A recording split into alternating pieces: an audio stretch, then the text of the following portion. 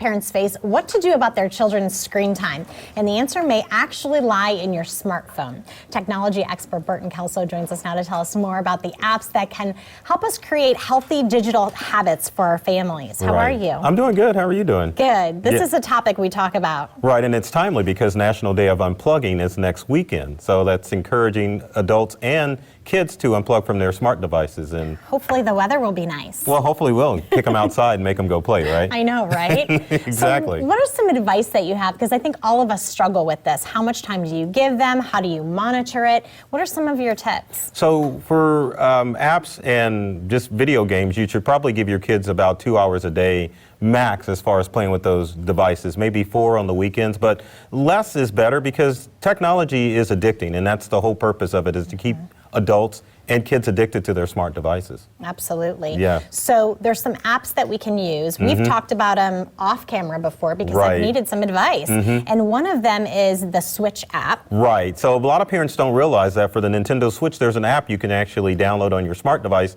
and then just kill the Switch. So if kids are playing too much, you can just turn them off or set limits as far as game playing time. And you can even limit what games they play on their Switch. Exactly. And you just open that app. I have that on my phone. You just open it up and you kind of set your settings up. Right. Now, another one you can do is it if it's connected to your Apple device? Does your Apple device have to be connected?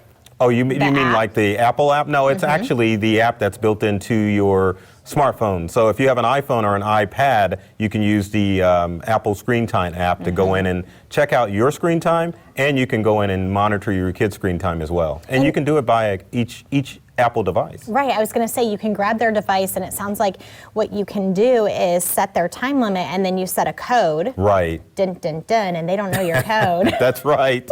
And you set it to go off whenever. Exactly, yeah, it works great. Now, we've talked that I use Disney.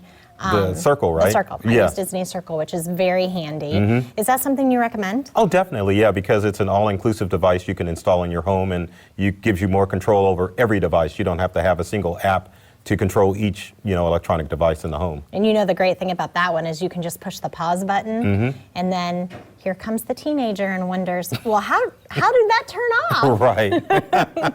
And then I unpause. It's kind of fun. Right. 2 more real quick. Microsoft has an app that controls Androids and Xboxes, and then of course the PlayStation has its own app. So if you've got kids that are playing on the PS4, you can have an app to shut those games down as well. Yeah, it's a lot because if you have the Xbox and you have the Switch and you have the iPhone and you have this and that, it's you hope that you can just stick it all together, and some you can, and like the Xbox has to be a little bit separate sometimes. It does, yeah. It makes it a little bit more challenging. I'm glad that you're here to take us through it. Oh, my pleasure, yeah. Thanks, Burton. Thank you. We'll see you next time. All right.